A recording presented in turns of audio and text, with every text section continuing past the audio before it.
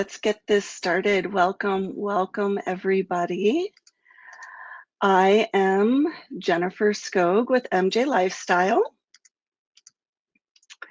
Thank you so much for being here today. A little bit about me. I am first and foremost a mama bear. I have a 10-year-old daughter and a 8-year-old son, Will. I am also their soccer coach and thoroughly enjoy being a mom. I am also a published photographer. I have been shooting women both professionally and intimately for the past 20 plus years. And the greatest thing that I love about photographing women is just seeing the confidence come before them, before their eyes. And it's just really empowering and rewarding to be able to kind of evoke that confidence out of women. And that's been something that I have really been really somehow mastered, and I've been able to bring it into MJ Lifesyle. And a lot of it is what kind of inspired MJ Lifesyle. A little bit about MJ Lifesyle. We are a community of women empowering other women of how to safely integrate cannabis and other plant medicines into everyday life. And we get lots of questions, why is this just for women? I mean, we don't necessarily always get that question from women, but we get it from men a lot. And this really has nothing against men. We love men.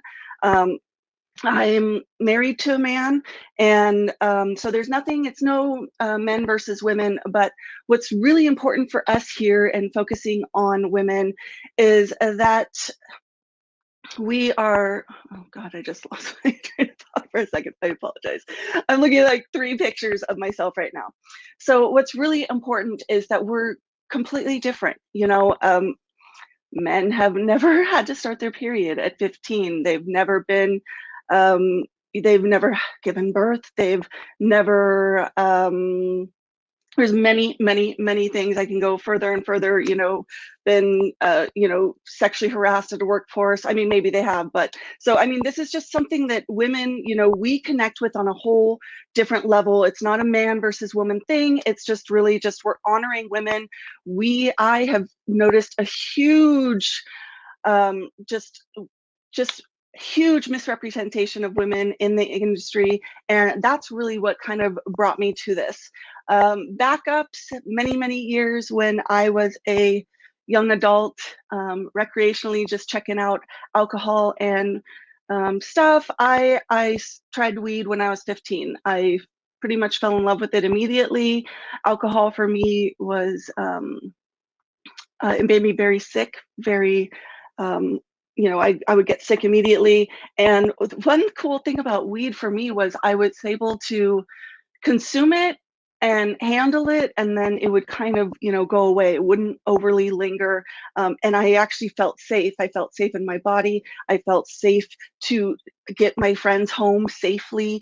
And so I always kind of had that motherhood kind of thing around there. I am the oldest child. Some of my friends would call me Mama Skog because I was just always wanting to make sure we were safe. But what was sad was the weed was like the really bad thing. Alcohol, everybody drinks alcohol, yay, whatever. But weed, that's like so not cool. I mean, back then, I was one of very few women or girls at the time to be smoking weed. So it would usually be in the garage with a bunch of dudes. I was their friend. I didn't actually deal with any, stigma where I've seen before with, women being over-sexualized. Thankfully, I had a lot of great guy friends, and they didn't, I guess, take advantage of anything, and I didn't really need that. I think I was able to pretty much handle myself. So, cannabis has gotten me through a lot of things. I used it recreationally for a long time. It would really benefit me if I was feeling sick, if I was hungover, and it was just, I was a stoner. Basically, if you smoke weed, you're a stoner. So I was a typical stoner. And but I also was an artist. I also was a college student. I also had 3 jobs. And so there was nothing lazy or slacking about it. I was very driven, and I guess you could say high functioning. So I started a career. I actually got a degree in marketing. I started my career in photography very young. I really just I've photographed my sister since she was 3 years old, and I'm about 8 years older than her. And so she's been my model. So it's just been nonstop since I was a child. I love photographing women, especially. And cannabis was something you don't advertise, especially as I actually did graduate college. I ended up getting a real job, as you can say, as what they say when your parents say when you're not pursuing an art career. And so I had a real job for 4 years as a marketing director of a family-owned company. And on the side, I would shoot weddings, portraits, you name it. And then, of course, started photographing boudoir. And one of the interesting things about boudoir is that it was also completely like stigmatized negatively. And I think people just had to be shown a way of how it could be done in a tasteful, incredible way, to know that it's not something to be ashamed of, to know that it's something, your body is something that you should be celebrating. And no matter what phase you're at, your body is something you should be celebrating. And what I love about being behind the camera is that I'm able to show these women how the rest of the world sees them, instead of their own perspective and point of view. And to me, that's the most powerful part about it. So moving on, I had an incredible career.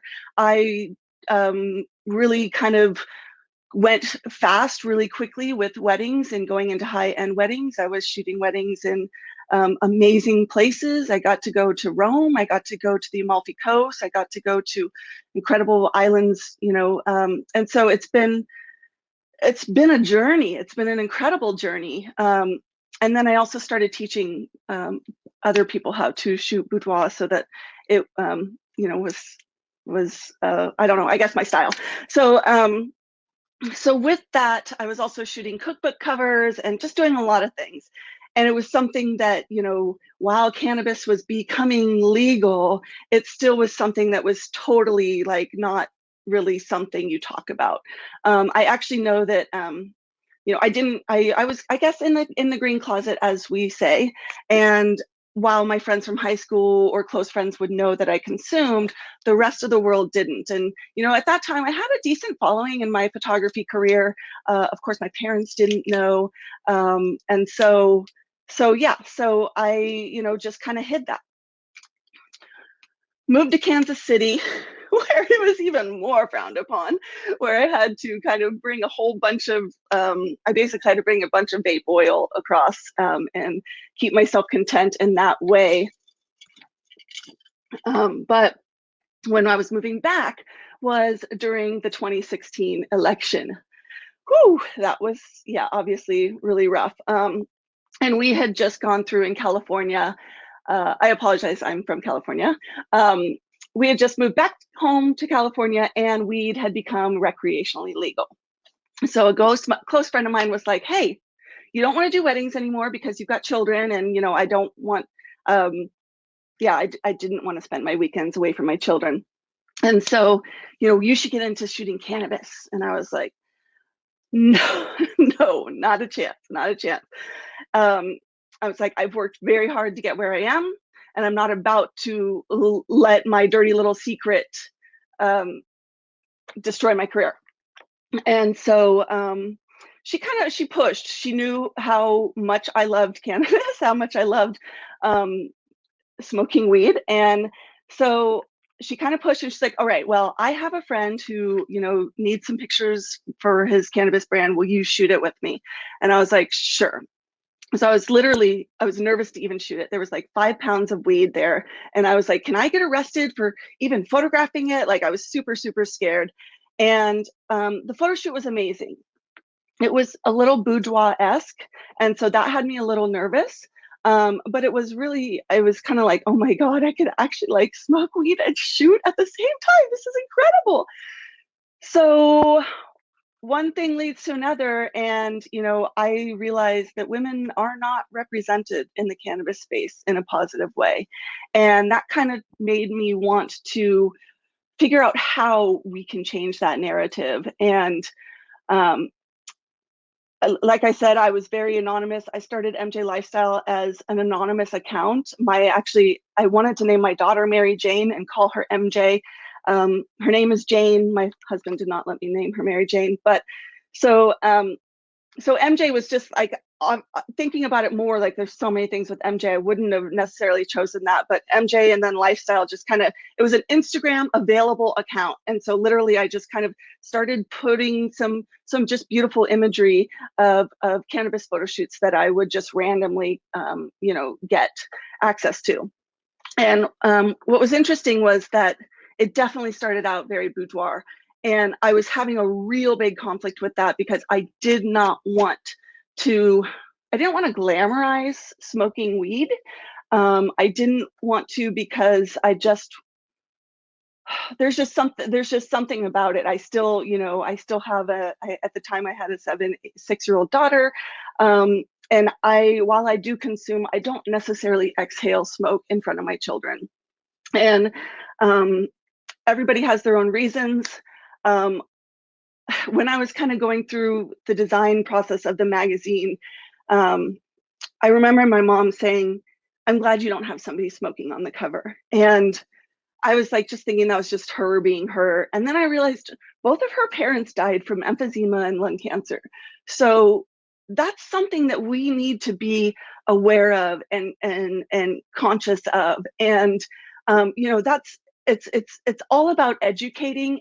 And I really just didn't want to shove smoking weed down everybody's face. I wanted it to be relatable. I wanted it to be accessible. I wanted, unless you already smoke weed, you're probably not just going to just start smoking weed because it's legal.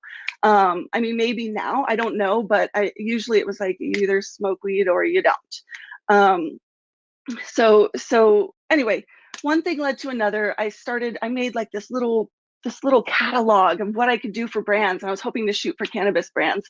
And my girlfriend had brought it out to some festivals, and they're like, "Is this a magazine?" And she was like, "No." And they're like, "It should be." And so really, one thing led to another, and I wanted to focus on women and cannabis plant medicine.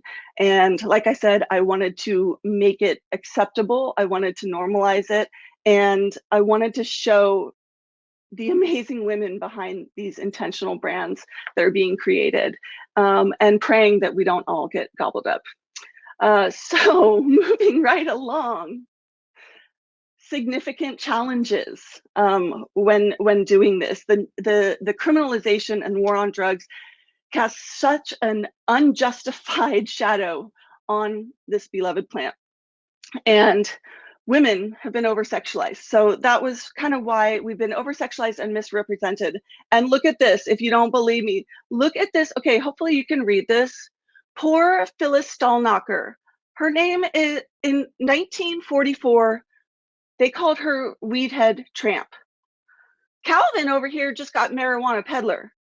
But this has been obviously happening for years and decades. And so there is so much to overcome and so many minds to change. And with starting the magazine, I knew I had to come out of that green closet. And that started with my parents. It was very hard. They still don't know for how long I've been consuming. But they began to accept it. And now, they have blueberries at night, chocolate blueberries to help them sleep. My mom has her own little vape pen for when she needs a little extra sleep. And my dad actually just found it in her nightstand and said, "What's this?" And she said, "Oh, it's a vape pen.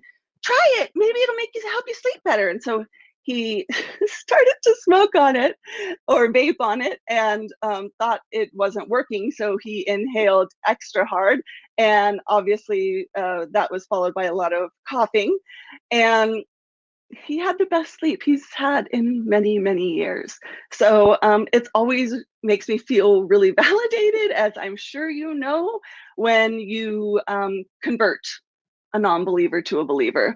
So but we still have a lot of stigma. California, I mean, we're one of the, we've got a lot of liberal situations here. This is where, the cannabis movement really started. I think throughout the nation and globally, I think this is important, and I think it's going to continue. I think it's, I often forget that there's still so many women still in the cannabis closet, whether it's for work, for personal, or legal, because it's still, illegal in places. So I definitely understand where you're coming from. It was a very hard thing to do.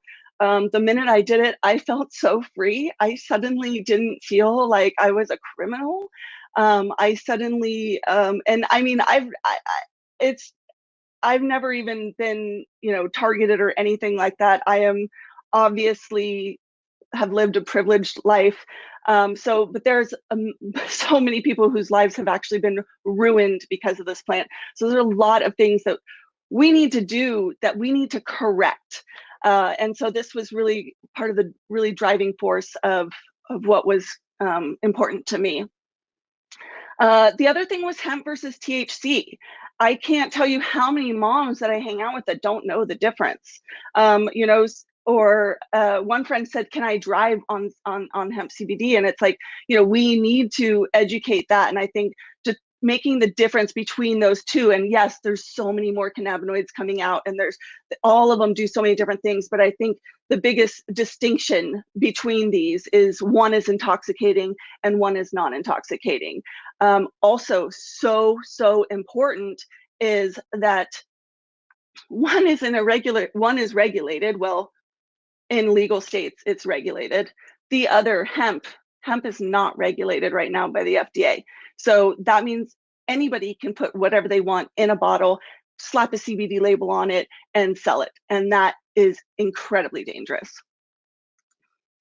And as I was speaking, the hemp market. Here's a little bit of just little facts to remind you of what's so scary about an unregulated market. I know maybe the word unregulated for women like me, I'm an artist. The minute some word like regulation comes up, I'm like, I'm out. I don't even know to listen. But what's so important is that the FDA, they did a sample study, and they found over 58% of the hemp CBD products were mislabeled for potency. And that was within a 20% margin. So that means that if the label said it had 100 milligrams of hemp CBD in it, it had less than 80 or more than 120. And that's you're paying a lot for this CBD, so it's really important to know the difference. Also, the FDA had found that 45% of samples tested contained more than the legal 0.3% amount of THC, and many having enough to cause intoxicating effects. And that couldn't be scarier for me specifically. I mean, if you're giving this to anybody who thinks that they're taking something that is going to be non-intoxicating, that's just a really, really, really scary thought. And then lastly, SC Laboratories, they conducted tests on CBD products sampled at unlicensed CBD shops and retailers throughout Los Angeles. All were labeled as hemp or hemp derived, and they had the complete California regulatory compliant tests on them. And that is what all of our THC products go through before they're able to be on dispensary shelves. Over 70% of those samples failed, either for excessive contamination and did not qualify as hemp, or did not qualify as hemp. Which means it could have had, it either had no hemp, or it might have had more than 3%, because that's what qualifies as hemp, apparently, according to the government. So I kind of set out, my little thing went out. Okay, well, anyway. So MJ Lifesyle, really what I wanted to do was, I kind of thought, and I'm not saying this is the best business plan, because it's not. I am an artist. I am passionate, and I do things based on feeling and instinct. And I started a magazine, and it was a absolutely stunning, gorgeous 9 by 12 magazine showcasing all women in cannabis and how to integrate cannabis into their daily life. So, did I put all my rows in a line before? No, I did not. Like I said, this wasn't necessarily the brightest idea, but for me, it was a field of dreams moment. If you build it, she will come. I couldn't, it was very, very hard for me to show people what I wanted to do without showing them what I wanted to do. And really, that's basically what I did. So I just jumped into two different industries, publication and cannabis, that I really only knew about as a consumer and an artist. But I have to say that I'm very proud of what I've been able to do with this. It is still very much self-funded, very much grassroots, and very painful at times. We have expanded into a subscription box, and that is really fun. It's a membership. Basically, we're able to share our favorite products with our favorite people, and it's a great way to get CBD brands more distribution. I know that's a really hard thing right now, and it's also a great way to educate our consumers about how to use these products, how amazing these products are, and what to look for as far as testing goes and whatnot. I also wanted to support female-led and purpose-driven businesses. This was important to me. I know that we are misrepresented, and I know that we've been oppressed for so long.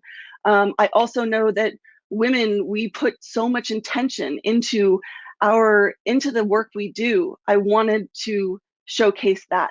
I didn't want to showcase the tech bros who've been jumping into cannabis, who just dump a ton of money to make a ton of money and don't give a shit. So I really wanted to amplify women's voices. I also knew that we wanted to educate and be relatable.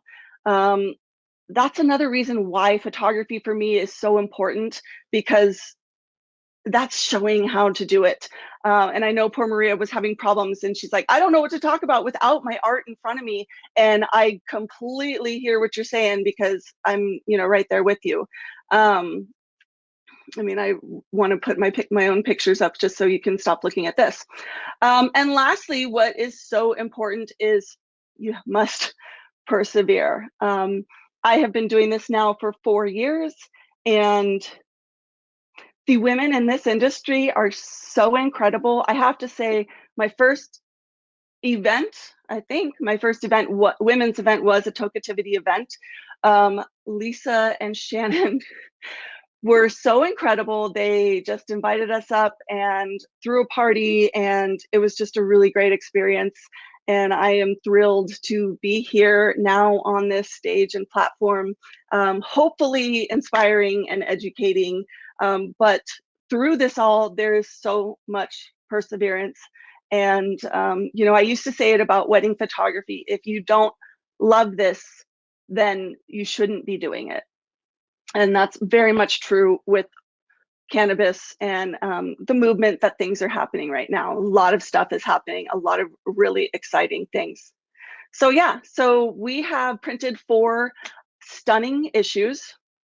Like I said, I'm super, super proud of them, but it's very expensive. And obviously COVID hit, distribution is really, really challenging, especially with a brand new magazine. We were grateful. I was grateful enough to felt honored to be able to be in Barnes and Noble and Books a Million. So much so that yeah, it's almost like literally signing your life away to do it. You're paying for all the shipping to go there, and this baby's like over a pound, unfortunately. And then they literally put this beautiful magazine up on the last shelf in the gay men's section, because apparently cannabis is for men, even though there's an incredibly gorgeous woman on the cover. And so I guess, I mean, yeah, I guess, I don't know. So we barely even sold through 10%. They keep 60%. So it's pretty much a racket. I mean, obviously those places are kind of, they're not really existent anymore. So we actually have been moving into a full digital platform. And hopefully at some point we'll go back to print, but we have to take a little pause on print, which is what means pivoting time. And that was where our subscription came from. But let me talk about the photography and another reason why it's so important. So I started off, shooting a couple of different campaigns. I wanted to make sure I was aligning myself with the brands that I wanted to, that believed in what I was believing in, and our mission, and wanted to almost basically set the standards for this industry and what women should expect. Oh, thanks, Sam. That's really sweet. Oh, thanks, guys. Thanks. I didn't even realize I was getting some comments. Thanks, guys. And so really, it was about figuring out how we can implement this, the devil's lettuce or whatever it is, into everyday life and make it magical. And so many amazing women have done that for this space and created just these gorgeous intentional products. And these are the women that we want to support and feature. We also wanted to create relatable and educational content, showing women what they can do with their tincture, showing them with their children. CBD is safe for everyone. And this is a family farm, family grown Moon Mother hemp. Jessica is an incredible woman. She's a mother, she's an herbalist. And so I actually came out to her farm and her home in Colorado and I literally shot the entire campaign just around her and her family. And that's what I really think is important for female brands to understand, that we are selling ourselves. We're selling this beautiful product, but we're selling ourselves. We're selling, we need to differentiate between us and the dude who's throwing $70,000 a month in marketing, right? And so we're just really, we're a little bit scared. We're a little bit scared of being completely taken over by big corporations. And so I think that's also why it, really is a driving force to me to really show women how important it is. I actually did 50 interviews last year during COVID on Instagram, and less than 10% of those women had professional headshots to share, just as a little asset to share. And so I can't tell you how, especially with products like these are such personal products. If you're taking a tincture, you're taking it every day. And a lot of love has been put into that too. I think people want to know who's behind the brand. And I think it's important that we promote that to our consumers, to women, to know that, yeah, you need to find out where these products are coming from. Obviously with holistic healing, right now, like I had mentioned before, the FDA calls CBD a food supplement. So right now, and food supplements also, I don't believe are regulated, or they are at some point. I don't exactly know. It's hard to keep up. But so it is really important to know the origin of where you're getting your products. How's it grown? What's that soil put in? Are they using pesticides? All that stuff is so important, especially in an unregulated market. Lab tests. We have posts on our website about how to read lab tests. We partnered with Brittany Carbone from Tonic CBD, and she did an entire seminar on how to read these things, because they're kind of hard to read. And so we really just wanted to become a source for transparency in the cannabis space. We know that as the caretakers of our family. We are the ones making these decisions, and I think it's best that we're making these most educated decisions. A little bit about our plant. So like I had mentioned, we had to do a little tiny pivot. And while we're still producing the magazine, it's not as often. Because guess what? I do it. I design it. I do pretty much everything behind the scenes here. Like so many of you are, I'm a one-woman show. I have many, many, many incredible contributors, and we do a lot of sharing of resources, and it's been amazing. And that will continue to happen and grow and evolve. And hopefully, at some point, we do, get some funding and get some, be able to make some real moves. But it's been hard, as a cannabis brand. Even though I wasn't even touching the plant, I still wasn't allowed to advertise about my magazine. And I couldn't use I couldn't use Stripe.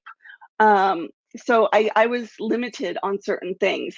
And now that I am touching a plant, which is the hemp CBD plant, with our boxes, it's even more important to make sure that you have everything lined up. I've got to get separate banking. I have to, one bank wanted to charge me $350 a month just to bank with them, to be able to get merchant services just to sell CBD. So it's really hard. And it's like, I don't even have $350 in sales every month. What the hell are you talking about? I can't, so it's really hard for small grassroots businesses, just letting you know. At some point, hopefully with real legalization, that will change. But like I said, it requires a lot of diligence. It requires a lot of educating all the way up to our lawmakers. It's really, really important, because right now they aren't educated on cannabis. They're educated, just not on cannabis. And so what we did with last year, and it actually was pre-COVID, but we knew that we wanted to create an experience. And it's like, well, how do I, I'm trying to show the experience with my photography. How do I actually give this experience? And so what we kind of thought was, we had an event. We knew we wanted to do events, and obviously that's, kind of happening soon at some point. But we wanted to be like, how do we get, these cool swag bags that we get at cannabis events into women's hands? And that's where we came up with our plant wellness box. And it has 6 to 8 products in there. Some are samples, some are full size. And really, it's our last box, 8 of the 9 products were women owned. And so it's been a really awesome way to educate women on how all these different products are and how amazing they are, and also get that kind of extra coverage for these brands that we believe in. So it's been a really a fun kind of, whatever it is, new arm of our business. And of course, it takes more diligence as well. But so we're creating a community. We've got these beautiful boxes that come out every season. They're all safe. And like I said, they're magnifying female-led brands. So yeah, what time is it? Oh, okay.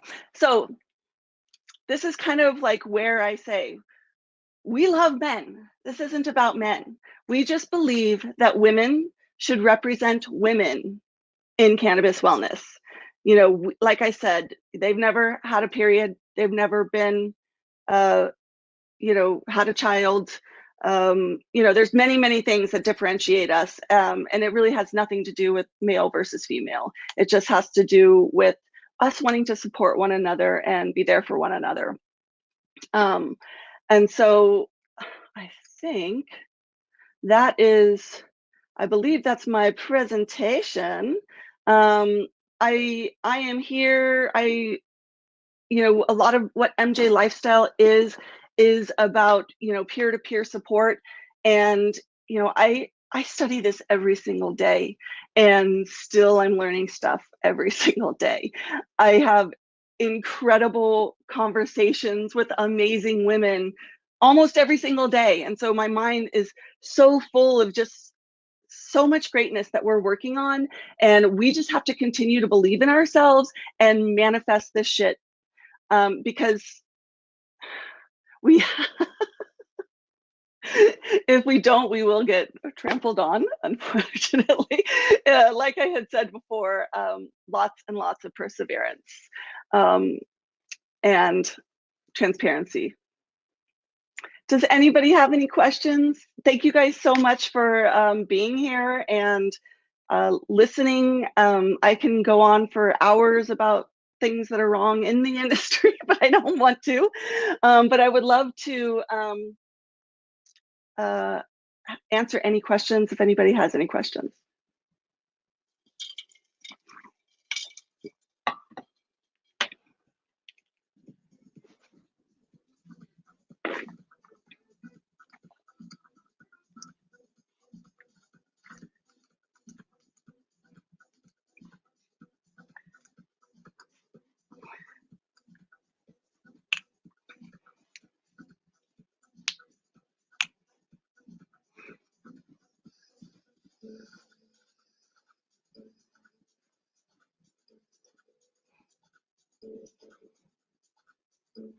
I don't know, I'm like looking at myself literally.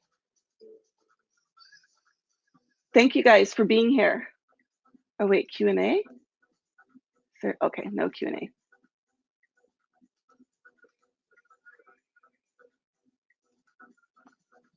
Well, I guess maybe I'll take a bong hit. If anybody wants to join, I'll open my window though.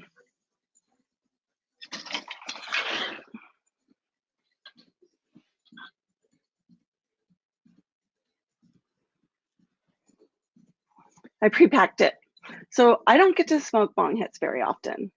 Oh yeah. Thank you, thank you. I love shooting, and I actually just recently got to get back in the groove of it. I've been shooting like, I think I just have like 6 or 7 women I'm editing right now. So I'm very excited, and I am available for hire.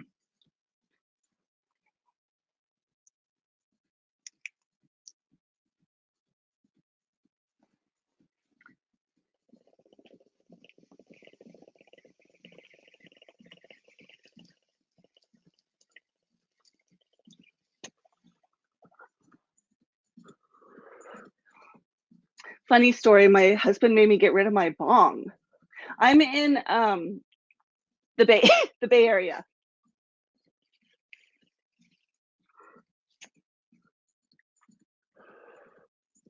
So I only have this one, this little guy, but look how cute it is. It gets clogged a lot though.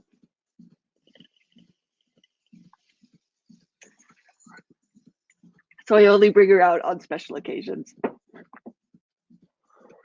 So yeah, I'm in the Bay Area, Nakia. Where are you?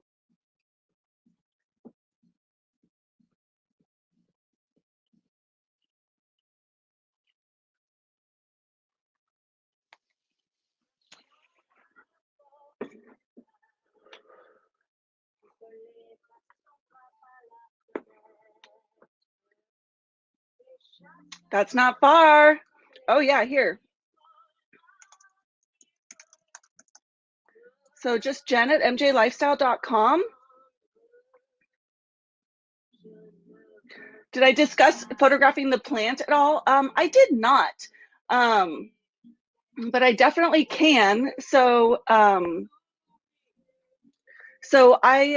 have gotten to do a few farm shoots. Some one was amazing. It was in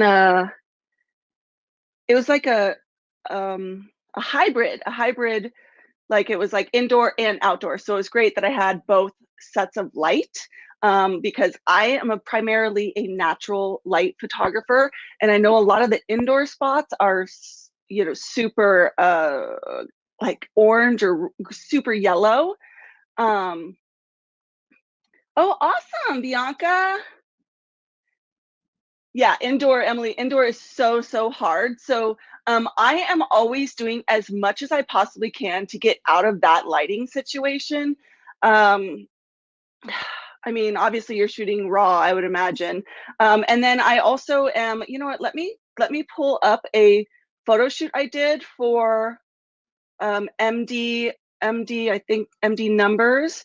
It was a beautiful photo shoot, and I was able to kind of open up different things. Hang on, let me figure out what I'm doing here.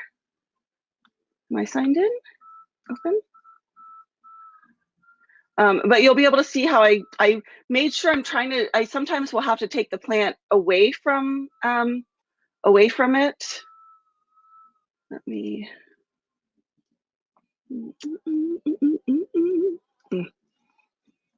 okay.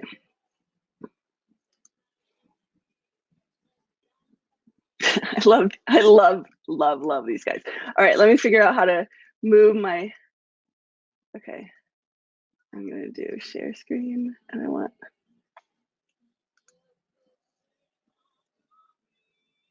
is it these guys? Oh wait, is that just my portfolio? Oh, okay, it's good. All right, so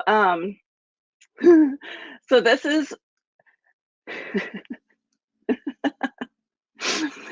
all right, so this is Marie and Alan, brother and sister duo. They are such a badass. But this is what I mean about wanting to kind of get the whole story. So they needed a lot of press stuff. So they needed shots of, you know, behind the scenes, them, you know, some of the other employees, you know, so I did lots of elements of their hands, you know, and then just got as much natural light. This is actually under some kind of some, I don't know, it wasn't too bad. It was, there was no windows in this where these buds are, but I was able to somehow, I did what the light was white, so it wasn't too bad. And then correcting in Lightroom. And then this is what I mean about kind of like, it was like a hybrid. So there was still a lot of natural above light. And then I believe I did bring a reflector as well, just to help. But a lot of times, you know, I want to get those extreme close-ups, and then I want to get a little farther apart shots, of course, of the two of them individually. This shot, I, as a photographer, you know, our job is like seriously awesome. Like so many days are just filled with like fun, you know, and laughing. And then they had, this is like their baby garden where they had their little babies. So we kind of just walked through every step and wanted to kind of get, you know, shots of everything. And then I brought out the macro lens, which I just have a really old 100mm macro, but that's what I got these really pretty shots of the like buds with. But see, it's still really beautifully naturally lit. And then we just found a white wall and just did some other headshot fun. And of course, you know, we needed to get some with the buds. So yeah, this is a sample of a shoot that I did for, like I said, for this brand. Look at these bags. Oh, I love them so much. So yeah, so I don't know, does that give you an idea? Oh, uh-oh, I had a notification. Oh, okay. So, oh, thank you, Emily. That's really nice. Thank you. Oh, Bianca. Oh, you scheduled a meeting with me. Oh, okay. Bianca, let's email because I actually have to take off. But I would love to talk to you for sure. So anyway, this was just an example of a photo shoot, and then like, you know, just having them do things like, you know, like they're having a little meeting, and then you get their little logo in there, and yeah, it's a lot of fun. But really, just try to think about how many different little stories you can tell in each scene. You know, so this is just a little story of them, you know, chilling, being themselves, and talking about work and shit. Awesome, Emily. Thank you so much. Thank you. Yes, sorry, Bianca. I'll send you an email. Um, anyway, does anybody else have any other questions? Sorry, I'm just getting back to what I'm doing. I guess I can stop sharing.